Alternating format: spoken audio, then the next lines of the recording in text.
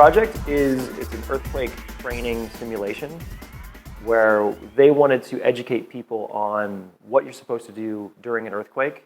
So for this project, I was the head creative designer, and I worked with the client, who's the Red Cross, to conceptualize what they wanted to do and basically take their ultimate goal and convert that into an experience. So their main goal is to educate people about drop, cover, hold, which is when an earthquake happens, you're supposed to drop to the ground, take cover under a table, and then hold on to the table leg. And they've done a lot of work to build earthquake simulators in the past, and normally what they do is they build an actual house on top of a machine that shakes. And so it's extremely expensive. You have to go back in and reset everything inside the house and then put someone in and then let them run through it, shake the house, and then everything becomes a mess. So it's slow and it's costly. And they wanted to do something similar but in virtual reality that has more appeal to young people, that's more cost effective, and it's portable. You can do it anywhere.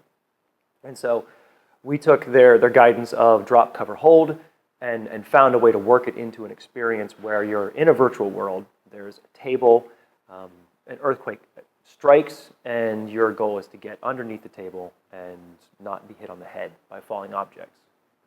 One of the challenges in the project is that your audience is going to be very mixed. Some of the people are going to be hardcore gamers, so they automatically understand computers, they understand simulations and games, and they get into the experience and they just do it immediately. They know, they understand, this is what I'm supposed to do. I'm supposed to pick up these items. I'm supposed to put them into the first aid bag, and you don't have to tell them anything. But some of the clients were really old people who never touch a computer, who have no experience with games, and they required a lot of hand-holding to where you've got to constantly be with them, telling them, okay, now pick up that object. And they say, well, how do I pick that up? I don't understand. And you have to tell them, well, there's a button on the controller, and you squeeze it like a gun, and that's how you close your hand. To where the most basic actions in virtual reality are foreign to them. And so we had to design an experience that was good for both ends of that spectrum, to where a true gamer could get in there and they could have fun, they could learn something, but then these other people who don't know anything about games and technology can also get in there, and they can go from step A to step B to C to D. They can understand what's happening. And one of the weirdest things we found while we were demoing the product is that inside the experience, there's a voice announcer who tells you, okay, put this object in the bag, get under the table, turn off the electricity. So then with this type of virtual reality, where you've got someone handling the cables, they're walking behind you the entire time. And we were also telling them. So they've got the voice inside the headphones telling them, pick this item up, put it in the bag. And they've got a person next to them in actual reality telling them, pick it up, no, put it in the bag. No, really, pick it up, put it in the bag. And that thing next to it. And they're looking, they're like, where is the alcohol wipes? I don't know where they are. And it's like, just turn, and you have to grab their body and turn them and point their head at the wipes. And I think the lesson there is that with virtual reality, currently, you're not building for gamers most of the time. We're building for clients who are usually trying to sell a product to another client. And so the experience that they're going to have, there's always going to be someone there walking you through it. You're going to put on the headset, and you're going to have the controllers, and you're always going to have someone next to you telling you exactly what to do and when to do it. And for me, that's very, very difficult to swallow, because I like games that leave me in the dark, games that make me think, make me guess, and make me learn. And I feel like virtual reality just isn't there yet. At least you can build a game in VR if you want to, but most of the work coming out is for a client who's usually trying to sell the product to another client and get funding. And in that, the experience is completely different. It's not a game. It's a commercial that one person is going to put on for 2-3 minutes, and that's it, and they'll never come back to it. And so you really have to rethink, what is the goal here, and how am I going to let the user experience this?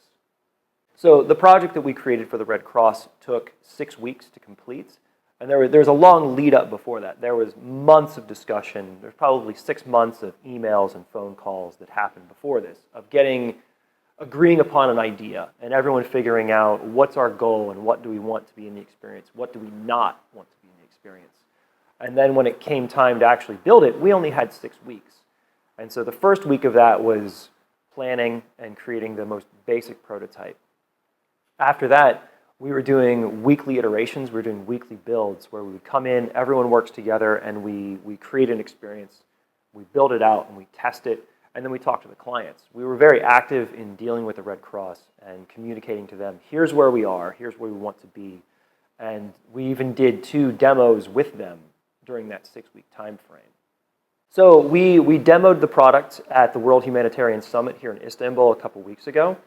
And it was open to all different agencies. A lot of humanitarian agencies and individuals came from around the world to be here and hear a lot of talks and presentations about humanitarian issues. We were just one small part of that. And we had this large group of people from all over the world who were passing by the booth and saying, oh, what is this? What are you doing? And they would come in and try it. And I remember we had a person from Nepal, which is obviously a very earthquake-sensitive area, can be easily damaged. They put it on and they went through the experience. And when he was done, he said, you know, I've been in an earthquake before that was that severe, and it felt just like that. I felt like I was back in that same situation in the earthquake, and everything was shaking around me. And I took that as very high praise.